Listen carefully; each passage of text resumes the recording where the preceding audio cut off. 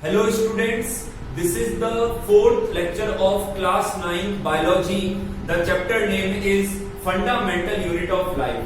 Students, we are discussing about the cell structure. In the previous lecture we have started the cell organelles.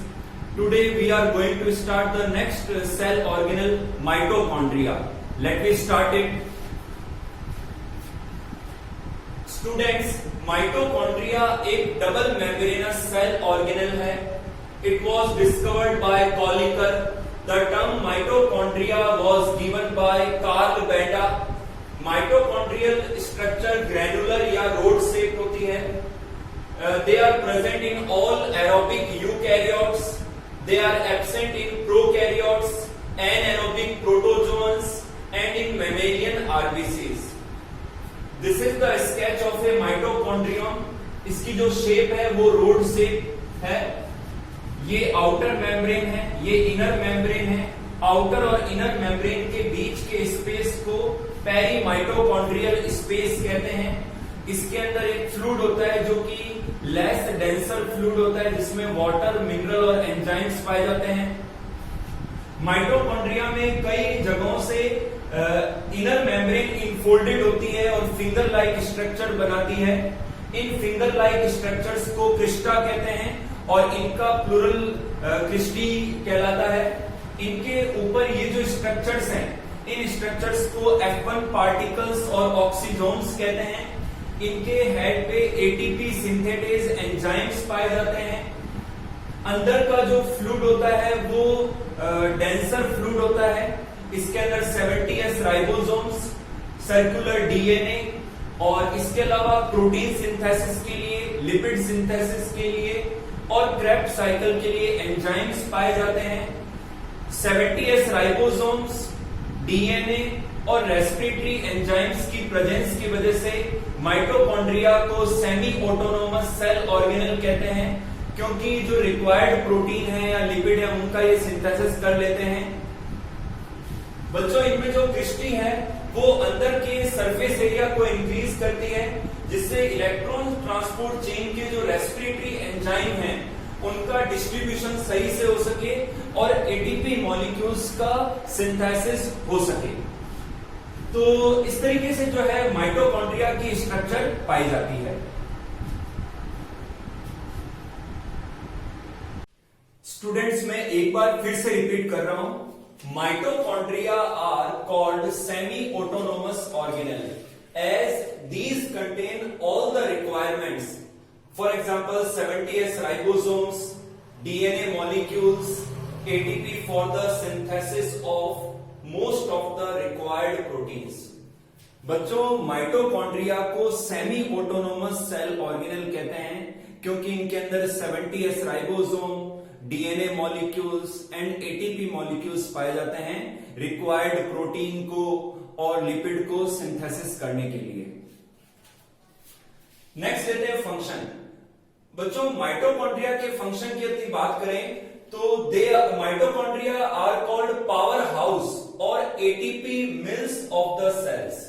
Mitochondria को cell का power house कहते हैं या ATP मिल कहते हैं cell का, क्योंकि बच्चों जो क्रेब्स साइकिल है, रेस्पिरेशन का जो क्रेब्स साइकिल जो स्टेप है या जो प्रोसेस है वो माइटोकॉन्ड्रिया के अंदर पाया जाता है और at the end as a result ATP molecules का सिंथेसिस होता है. इसीलिए माइटोकॉन्ड्रिया को power house of the cell कहते हैं. तो बच्चों, ये इनके फंक्शन थे माइटोकॉन्ड्रिया के. नेक्स्ट सेल ऑर्गेनल लेते हैं plastids. Discovered by Ernst Haeckel. They were discovered by Ernest Haeckel. इनकी जो स्ट्रक्चर होती है प्लास्टिड्स की, ओवल शेप्ड होती है. ये लार्जेस्ट साइज्ड सेल ऑर्गेनल हैं, found in all the plant cells and in some protist. बच्चों, ये लार्जेस्ट साइज्ड ऑर्गेनल्स हैं और ये सभी प्लांट सेल्स में और कुछ प्रोटिस्ट में पाए जाते हैं, जैसे कि यूग्लिना के अंदर प्लास्टिड पाए जाते हैं. नेक्स्ट लेते हैं, they absent in the prokaryotes, fungi and in animal cells. बच्चों, ये प्रोकैरियोट्स के अंदर, फंगाई के अंदर और एनिमल सेल्स के अंदर एब्सेंट होते हैं. On the basis of their function, plastids are of 3 types. Plastid अपने फंक्शन के बेसिस पर 3 टाइप्स के होते हैं, ल्यूकोप्लास्ट, क्रोमोप्लास्ट एंड क्लोरोप्लास्ट। आइए बच्चों अब हम डिस्कस करते हैं ल्यूकोप्लास्ट के बारे में। बच्चों leucoplast are the colourless plastids, ये कलरलेस होते हैं। They stores the reserve food, ये रिजर्व फूड स्टोर करते हैं। On the basis of nature of food stored, leucoplast are of 3 types. बच्चों जो ये फूड स्टोर करते हैं उसके बेसिस पर ल्यूकोप्लास्ट 3 टाइप्स के होते हैं। फर्स्ट एमाइलोप्लास्ट, एमाइलोप्लास्ट बच्चों स्टार्च को स्टोर करते हैं। सेकंड लेते हैं एल्यूरोनोप्लास्ट और प्रोटीनोप्लास्ट, दे स्टोर द प्रोटीन, ये प्रोटीन का स्टोरेज करते हैं।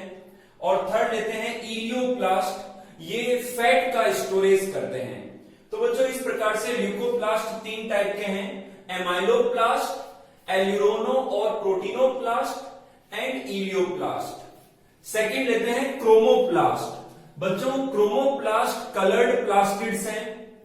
They contain the various pigments such as carotene, xanthophylls and imparts the different colours to the different parts of plant. बच्चों जो क्रोमोप्लास्ट है ये कलर्ड होते हैं प्लास्टिड ये, और इनके अंदर डिफरेंट पिगमेंट्स पाए जाते हैं जैसे कि कैरोटीन है, जेंथोफिल्स है, और ये प्लांट्स के जो डिफरेंट पार्ट्स हैं जैसे कि फ्लावर्स हैं, फ्रूट्स हैं, तो उनको कलर देते हैं ये। नेक्स्ट लेते हैं क्लोरोप्लास्ट। बच्चों जो क्लोरोप्लास्ट हैं ये ग्रीन प्लास्टिड होते हैं। They contain the chlorophyll and carotenoids, ये क्लोरोफिल एंड कैरोटिनॉइड कंटेन करते हैं। Found in photosynthetic mesophyll cells of leaves and in green stems. बच्चों ये जो लीव्स और ग्रीन स्टेम्स की जो मीजोफिल सेल्स हैं उनमें पाए जाते हैं। इनकी शेप ओवल हो सकती है या डिस्कॉइडल हो सकती है, और ये डबल मेम्ब्रेनस होते हैं, इनमें 2 मेम्ब्रेन पाई जाती है। आइए बच्चों अब हम स्टडी करते हैं क्लोरोप्लास्ट की स्ट्रक्चर को। This is the sketch of a chloroplast, this is the outer membrane, this is the inner membrane, ये डबल मेम्ब्रेनस होता है, और इनके बीच में जो स्पेस है this is called periplastidial space. Periplastidial space में फ्लूइड फिल्ड होता है। अंदर का जो चेंबर है इसके अंदर डेंस ग्राउंड सब्सटेंस होता है जिसे हम स्ट्रोमा कहते हैं, इस पार्ट को हम स्ट्रोमा कहते हैं। इनमें ये जो कॉइन लाइक जो स्टॉक हैं इन्हें हम कहते हैं ग्रेनम, और ये कई हैं तो इनके प्लूरल को कहते हैं ग्रेना। अच्छा बच्चों जो ग्रेनम है, ग्रेनम में कई सारे ओवल जो है सुपर इम्पोज्ड स्टॉक्स होते हैं। तो इस एक ओवल स्ट्रक्चर को थाइलेकॉइड कहते हैं। थाइलेकॉइड की मेम्ब्रेन में क्लोरोफिल कंटेनिंग फोटोसिंथेटिक यूनिट्स होती हैं जिन्हें क्वांटाजोम्स कहते हैं। इसके अलावा जो ग्रेनम है ये आपस में स्ट्रोमा लैमेली द्वारा कनेक्टेड होते हैं। क्लोरोप्लास्ट के अंदर डीएनए पाया जाता है, 70S राइबोसोम्स भी पाए जाते हैं। फोटोसिंथेसिस की लाइट रिएक्शन क्लोरोप्लास्ट के ग्रेना पार्ट में पाई जाती है। फोटोसिंथेसिस की डार्क रिएक्शन क्लोरोप्लास्ट के स्ट्रोमा पार्ट में पाई जाती है। बच्चों क्लोरोप्लास्ट को भी माइटोकॉन्ड्रिया की तरह ही सेमी ऑटोनोमस सेल ऑर्गेनल कहते हैं, क्योंकि इनके अंदर डीएनए पाया जाता है, 70S राइबोसोम्स पाए जाते हैं और एटीपी मॉलिक्यूल्स भी पाए जाते हैं। तो जो रिक्वायर्ड प्रोटीन है ये खुद सिंथेसाइज कर लेते हैं या कर सकते हैं। तो बच्चों मैं यहां इन पॉइंट्स को रिपीट कर देता हूं। फ्लूइड फिल्ड पेरीप्लास्टिडियल स्पेस, यानी कि जो पेरीप्लास्टिडियल स्पेस है उसमें फ्लूइड फिल्ड होता है। Inner chamber is filled with A denser and ground substance, जो अंदर का चैम्बर है ये डेंस ग्राउंड सब्सटेंस से फिल्ड होता है, इसे हम स्ट्रोमा कहते हैं।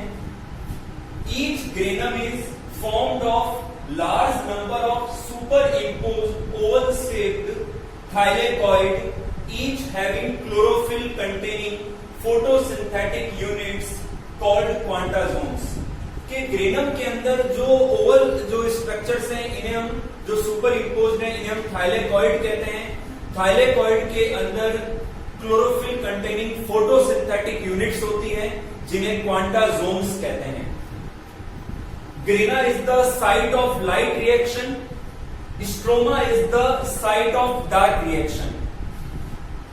Chloroplast are also called semi autonomous organelle as these contain 70s ribosomes, DNA and ATP molecules, so can synthesize some of the required proteins। कुछ required protein को ये synthesize कर सकते हैं। बच्चों, क्लोरोप्लास्ट के स्ट्रोमा पार्ट में ग्रेना, DNA, 70s राइबोसोम्स के साथ साथ स्टार्च ग्रेन्स भी पाए जाते हैं।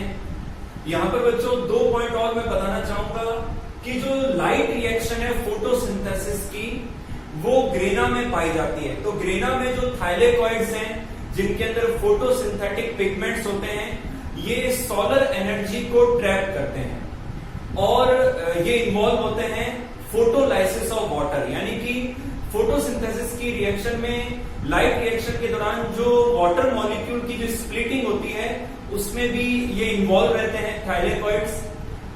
इसके अलावा ये जो सोलर एनर्जी जो ट्रैप हुई है ये फिर कन्वर्ट होती है केमिकल एनर्जी में डार्क रिएक्शन के अंदर। तो डार्क रिएक्शन फोटोसिंथेसिस की स्ट्रोमा में पाई जाती है जिसमें सोलर एनर्जी के यूज के द्वारा ये कन्वर्ट हो जाती है केमिकल एनर्जी, यानी कि ग्लूकोज का सिंथेसिस होता है डार्क रिएक्शन के अंदर स्ट्रोमा पार्ट में।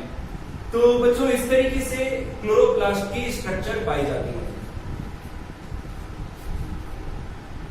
तो आइए अब हम बात करते हैं प्लास्टिड्स के फंक्शंस की। फर्स्ट लेते हैं leucoplast store the reserve food.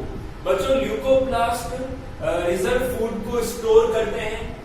Second लेते हैं chromoplast helps in pollination and dispersal of the seeds and fruits.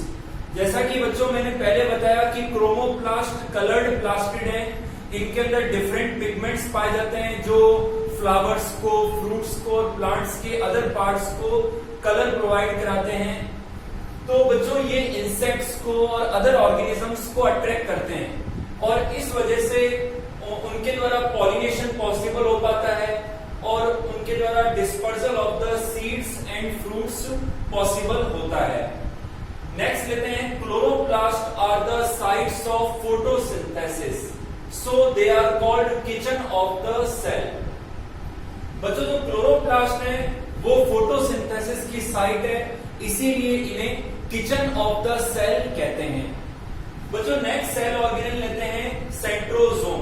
बच्चों जो सेंट्रोसोम में जो है ये मेम्ब्रेन लेस होते हैं। इनकी डिस्कवरी एडवर्ड वैन बेनेडेन ने की थी। They found in all the animal sales accept in mammalian RBCs. बच्चों जो सेंट्रोसोम्स हैं ये सभी एनिमल सेल्स में पाई जाती हैं, लेकिन ये मेमेलियन आरबीसीज में नहीं पाई जाती। एब्सेंट फ्रॉम द प्रोकैरियोट्स, और सेंट्रोसोम्स प्रोकैरियोट्स में भी नहीं पाए जाते। A centrosome is formed of two darkly colored centrioles surrounded by a transparent cytoplasmic area called centrosphere। बच्चों सेंट्रोसोम का फॉर्मेशन दो डार्क कलर के सेंट्रियोल्स के द्वारा होता है और इन दो सेंट्रियोल्स के चारों ओर ट्रांसपेरेंट साइटोप्लाज्मिक एरिया है जो उनको सराउंड कर लेता है और इस साइटोप्लाज्मिक ट्रांसपेरेंट एरिया को सेंट्रोस्फीयर कहते हैं।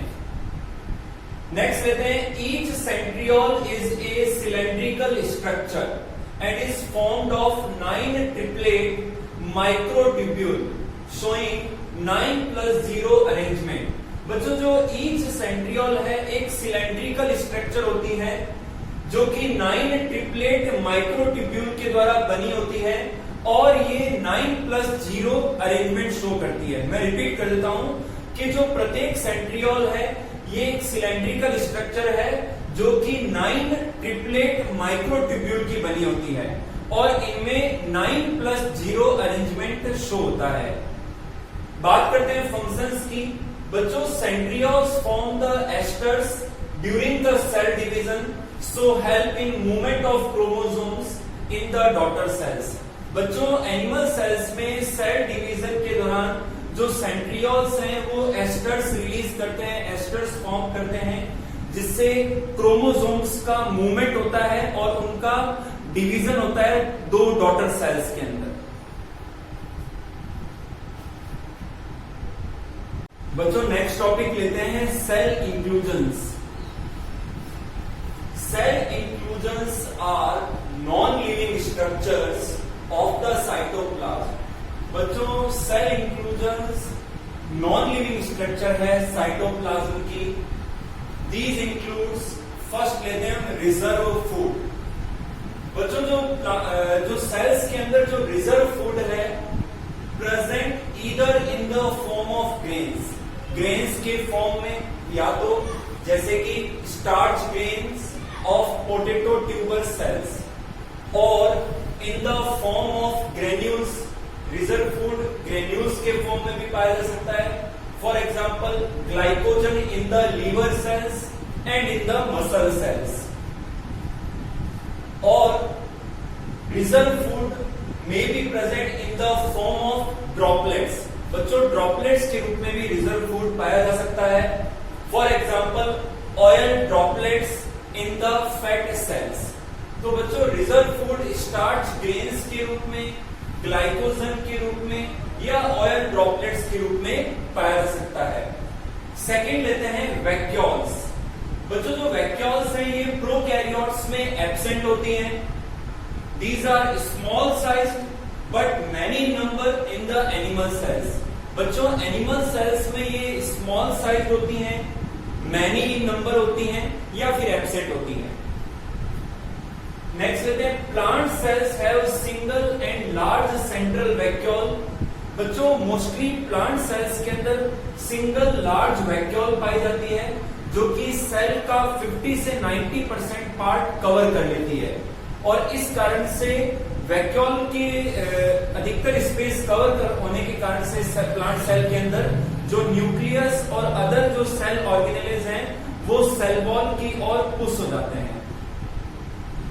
Membrane of vacuole is called tonoplast. Vacuole की मेम्ब्रेन को टोनोप्लास्ट कहते हैं, और वैक्यूल के अंदर जो लिक्विड पाया जाता है उसे हम सेल सेप कहते हैं। अब बात करते हैं फंक्शंस की। Cell sap exerts an outward turgor pressure which maintains the turgidity of the cell. बच्चों, जो वैक्यूल्स के अंदर जो सेल सेप है वो एक आउटवर्ड टर्गर प्रेशर एक्सर्ट करता है, जिससे सेल की टर्जिडिटी मेंटेन रहती है, बनी रहती है। While vacuoles act as storage sacs of water, minerals, amino acids, sugars, organic acids and toxic metabolites। जबकि बच्चों, जो वैक्यूल है वो एक स्टोरेज सेक के रूप में वाटर को, मिनरल को, एमिनो एसिड्स को, सुगर्स को, ऑर्गेनिक एसिड्स को और टॉक्सिक मेटाबोलाइट्स को स्टोर करते हैं।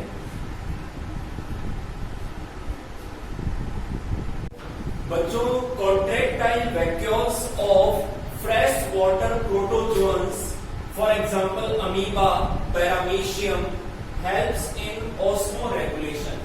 बच्चों, जो फ्रेश वाटर प्रोटोजोअन्स हैं उनमें कॉन्ट्रैक्टाइल वैक्यूल्स पाई जाती हैं, जैसे कि अमीबा में, पैरामीशियम में, तो वो वाटर बैलेंस को मेंटेनेंस करती है या ऑस्मोरेगुलेशन में हेल्प करती है। मैं रिपीट कर देता हूं कि जो फ्रेश वाटर प्रोटोजोअन्स में जो कॉन्ट्रैक्टाइल वैक्यूल्स होती है वो ऑस्मोरेगुलेशन में हेल्प करती है या वाटर बैलेंस को बनाए रखती है, मेंटेन रखती है।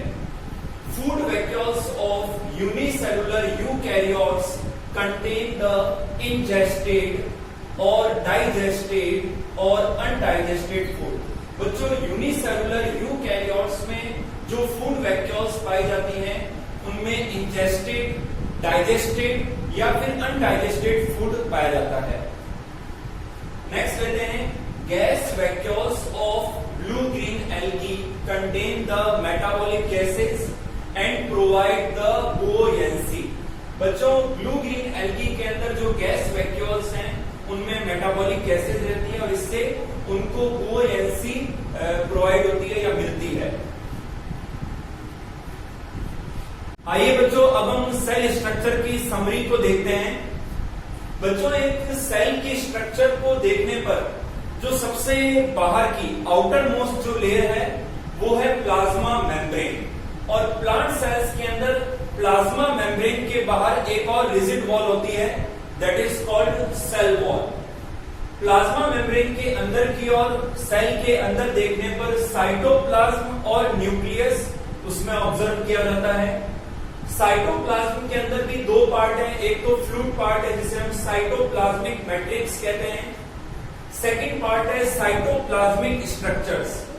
बच्चों, साइटोप्लाज्म के अंदर दो प्रकार की साइटोप्लाज्मिक स्ट्रक्चर्स ऑब्जर्व की जाती हैं। एक तो सेल ऑर्गेनेलीज जो कि लिविंग स्ट्रक्चर्स हैं साइटोप्लाज्म की, सेकंड है सेल इंक्लूजन्स जो कि नॉन लिविंग स्ट्रक्चर्स है साइटोप्लाज्म की। नेक्स्ट लेते हैं बच्चों न्यूक्लियस। सेल के अंदर एक न्यूक्लियस पाया जाता है जो कि सेल का कंट्रोल सेंटर है। न्यूक्लियस की स्ट्रक्चर को देखने पर न्यूक्लियर मेम्ब्रेन, अंदर की ओर न्यूक्लियर से न्यूक्लियोलस एक स्ट्रक्चर पाई जाती है न्यूक्लियोप्लाज्म के अंदर, और न्यूक्लियोप्लाज्म के अंदर न्यूक्लियस के अंदर क्रोमेटिन मटेरियल जो है पाए जाते हैं। बच्चों, न्यूक्लियस एक डबल मेम्ब्रेनस सेल ऑर्गेनेल है। तो इस तरीके से सेल की स्ट्रक्चर को हम ऑब्जर्व करने पर इतनी सारी हमें स्ट्रक्चर्स जो हैं ऑब्जर्व करने को मिलती हैं। आइए बच्चों, अब हम डिस्कस करते हैं plant cell and animal cells के डिफरेंसेस के बारे में। बच्चों, प्लांट सेल्स के अंदर रिजिड सेल वॉल पाई जाती है आउटसाइड द प्लाज्मा मेम्ब्रेन, जबकि एनिमल सेल में सेल वॉल एब्सेंट होती है। जो आउटर मोस्ट लेयर या कवरिंग जो एनिमल सेल में पाई जाती है वो है प्लाज्मा मेम्ब्रेन। सेकेंड लेते हैं, प्लांट सेल्स के अंदर प्लास्टिड्स प्रेजेंट होते हैं, जबकि एनिमल सेल में प्लास्टिड्स एब्सेंट होते हैं। प्लांट सेल्स में सेंट्रोसोम्स एब्सेंट होते हैं, सेंट्रियोल्स एब्सेंट होते हैं, जबकि एनिमल सेल में सेंट्रोसोम प्रेजेंट होते हैं। प्लांट सेल्स के अंदर बच्चों single large central vacuole present होती है। बच्चों, प्लांट सेल में सिंगल लार्ज वैक्यूल पाई जाती है, सेंट्रल वैक्यूल पाई जाती है, और मोस्ट ऑफ जो स्पेस है वो वैक्यूल के द्वारा कवर होने से जो न्यूक्लियस और जो अदर सेल ऑर्गेनेल्स हैं वो पुश हो जाते हैं टुवर्ड्स द सेल वॉल। जबकि एनिमल सेल में वैक्यूल्स बहुत ही ज्यादा माइन्यूट होती है, स्मॉल होती हैं, मैनी होती है नंबर में, लेकिन कई बार एब्सेंट भी होती है वैक्यूल्स। मैं रिपीट कर देता हूं, एनिमल सेल में वैक्यूल्स बहुत ही स्मॉल होती हैं और नंबर में ज्यादा होती है या फिर एब्सेंट होती है। प्लांट सेल्स के अंदर न्यूक्लियस एक्सेंट्रिक होता है, पेरिफेरल होता है, जबकि एनिमल सेल में न्यूक्लियस जनरली सेंट्रल होता है, सेंट्रिक होता है। सिक्स लेते हैं, mitochondria generally less in number. Plant cells में माइटोकॉन्ड्रिया नंबर में लेस होते हैं, जबकि एनिमल सेल में माइटोकॉन्ड्रिया मोर इन नंबर, ज्यादा संख्या में पाए जाते हैं। तो बच्चों, आज के लेक्चर में इतना ही। आज के लेक्चर में chapter the fundamental unit of life complete होता है। नेक्स्ट लेक्चर्स में नया चैप्टर स्टार्ट करेंगे। बच्चों, आपको जो असाइनमेंट सेंड किए जा रहे हैं उनको आप सॉल्व कीजिए, और जो आपको इस चैप्टर पर बेस्ड नोट्स दिए जा रहे हैं उनको आप फेयर नोटबुक में नोट करते जाइए, जिससे आपका जो रिटर्न वर्क है बायोलॉजी में वो साथ साथ कंप्लीट होता रहे, जिससे क्या स्कूल्स रीओपन होने पर आप पर बहुत ज्यादा बर्डन नहीं आए रिटर्न वर्क का। तो बच्चों, आप नोट्स को साथ साथ में कंप्लीट करते जाइए, और जो असाइनमेंट्स हैं उनको भी आप इन लेक्चर्स को समझते हुए सॉल्व करने कीजिए। Thank you.